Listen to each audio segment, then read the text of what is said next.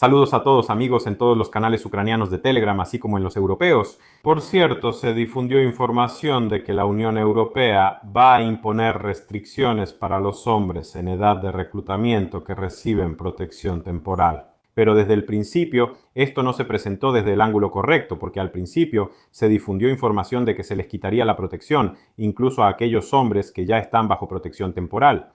Por suerte resultó ser falso y aquí el problema es un poco menor, pero eso no lo hace menos peligroso, porque hoy la Comisión Europea respondió oficialmente y hay un matiz que lamentablemente la mayoría no notó. Me gustaría resaltar este matiz y analizar en general todo este problema. Esto es sumamente importante para todos, absolutamente todos los ucranianos bajo protección temporal y para aquellos que planean obtenerla en el futuro. Porque, en mi opinión, este endurecimiento de las reglas llevará a que sea cada vez más difícil obtener la protección temporal y cada vez más difícil mudarse entre países, lo cual también es un matiz muy importante. Empecemos con lo que está confirmado oficialmente, pero antes de eso, asegúrense de suscribirse al canal, darle like y activar la campanita para que reciban notificaciones sobre mis nuevos videos, gracias a cada uno de ustedes. En primer lugar, la representante de la Comisión Europea para Migración y Asuntos de Interior, Koriana Ulrich, hizo una declaración oficial después de la reunión del Consejo de la Unión Europea sobre Justicia y Asuntos Internos, que se llevará a cabo el 5 de junio. 3 puntos clave que ella de hecho mencionó. El primero, los países de la Unión Europea están de acuerdo en que la protección temporal para los ucranianos debe extenderse incluso después de marzo de 2027, aunque antes se hablaba de su finalización gradual, así que esta es una excelente noticia. Porque para quienes ya están bajo protección temporal es casi seguro, en un 99%, que se extenderá al menos hasta el 4 de marzo de 2028 segundo. La Unión Europea quiere la paz, pero también debe prepararse para otro escenario. Por eso ahora se está discutiendo cómo podrían cambiar los procedimientos y reglas para futuras llegadas desde Ucrania. ¿Qué significa esto? ¿Qué significa para ellos prepararse para una guerra prolongada? Significa hacer todo lo posible para que los ucranianos, los hombres ucranianos en edad de servicio militar se queden en Ucrania, para que los atrapen en las calles y para que todos vayan al frente, para proteger a Europa. Así es como nos preparamos. Y tercero, y probablemente lo más importante, estos posibles cambios no afectarán a los ucranianos que ya tienen protección temporal en la Unión Europea, y esos son más de 1.150.000 hombres ucranianos que ya están bajo protección temporal. Ellos no perderán su estatus debido a todas estas discusiones, es decir, no habrá ningún efecto retroactivo. Radio Svoboda también verificó esta declaración directamente con la Comisión Europea. El enlace estará en la descripción debajo de este video, por cierto, como todos los demás enlaces a fuentes oficiales.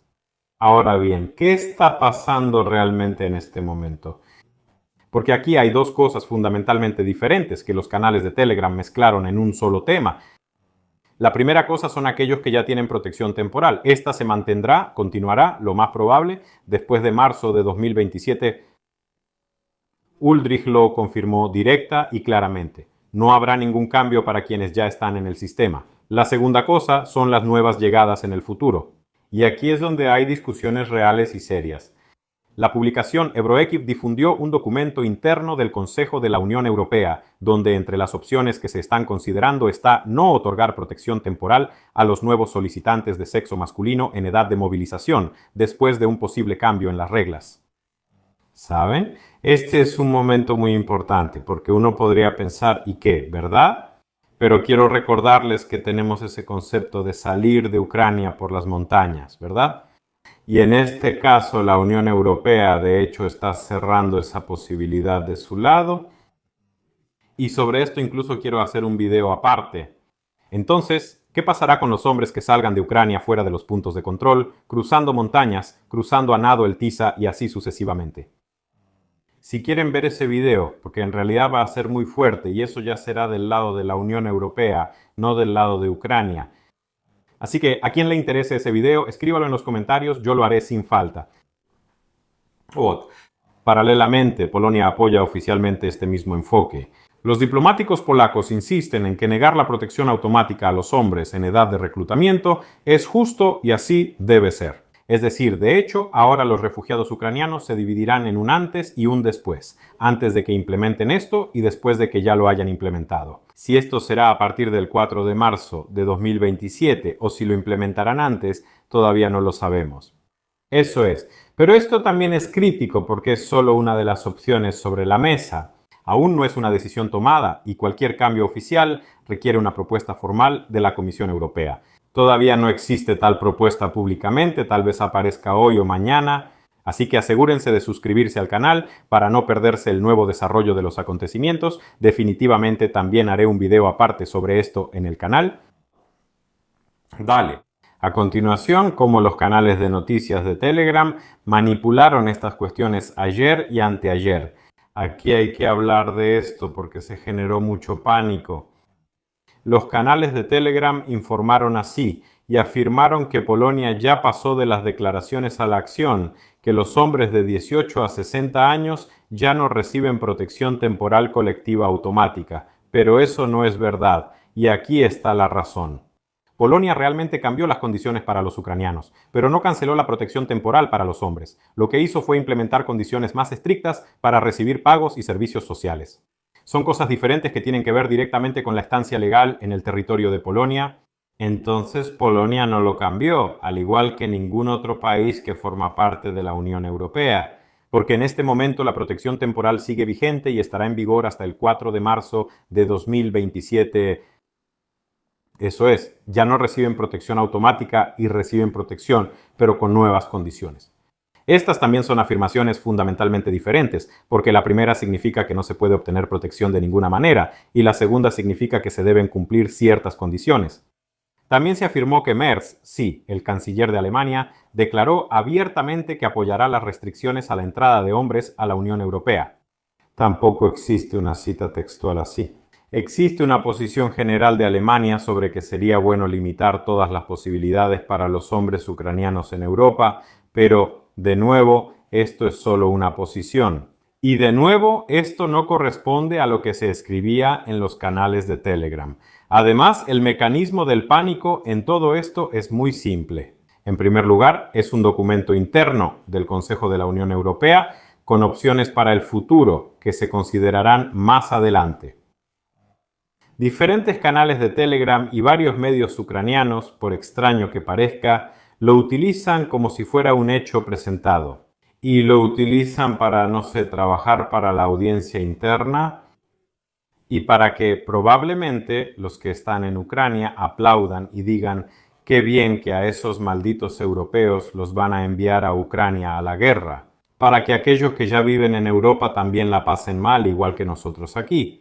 Pero vemos que las palabras y las acciones reales son dos cosas completamente diferentes. Pero, de nuevo, sobre esto los canales de Telegram ya no escribirán. Entonces, realmente hay que entrar en pánico. En realidad, todo depende de tu situación específica. Si hasta el día de hoy ya tienes protección temporal, entonces la noticia de hoy es más positiva que negativa. Porque la Comisión Europea ahora está resolviendo la cuestión de manera clara y ya dicen directamente que la protección temporal se extenderá hasta el 4 de marzo de 2028. Por eso, no tiene sentido entrar en pánico. Si aún no tienes protección temporal y solo planeas salir, aquí es donde ahora hay una incertidumbre muy seria, porque las reglas para los nuevos llegados realmente pueden cambiar, especialmente para los hombres en edad de reclutamiento. ¿Cuándo exactamente y cómo exactamente? Aún no se sabe y no hay una posición oficial de la Comisión Europea, pero ya los estamos esperando de un día para otro. Entonces, si ya están en la Unión Europea y están pensando en cambiar a otro estatus, probablemente esa sea la mejor protección frente a cualquier debate. Sí, porque en ese caso, por ejemplo, cambian su estatus de protección temporal, por ejemplo, a una tarjeta de residencia por trabajo, y con eso es todo. Como que toda esa charla sobre la protección temporal ya no les afecta, y no importa lo que pase después. Y ahora pasamos al bloque práctico. ¿Qué es lo que realmente hay que monitorear ahora para sentirse seguro? Hay tres cosas principales que destaqué. Lo primero es la posición oficial de la Comisión Europea. No declaraciones en conferencias de prensa, sino documentos concretos que ya estarán elaborados.